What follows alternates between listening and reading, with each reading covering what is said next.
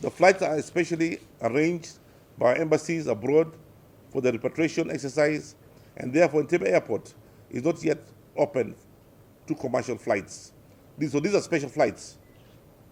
We are also taking advantage of the flights coming into the country to evacuate nationals of other countries. Some of the returnees are also arranging for their own flights, which Uganda is clearing. As has been practiced globally, the returnees will be required to pay for their own travel back home, but fortunately, many of them already had tickets that they were traveling on when they were stranded, and they would simply renew their tickets or top up if the fees are increased.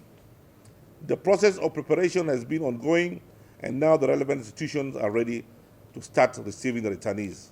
Starting this week, we expect to receive flights from South Africa with about 70 Ugandans, which will come on the 2nd of July. We expect a flight from the UAE with approximately 200 Ugandans. We expect a flight from Afghanistan. You know where Afghanistan is? With approximately 108 Ugandans. Do you believe Ugandans are there? Huh.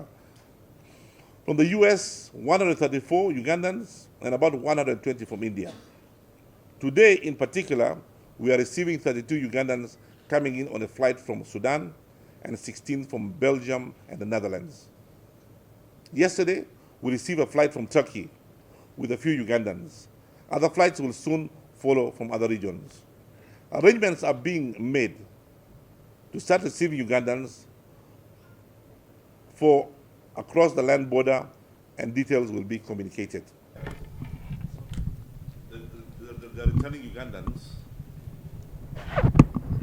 returning Ugandans, virtually all of them had return tickets to Uganda.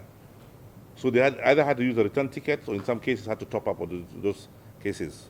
So they have to pay, they have to meet their own fares to come back to Uganda.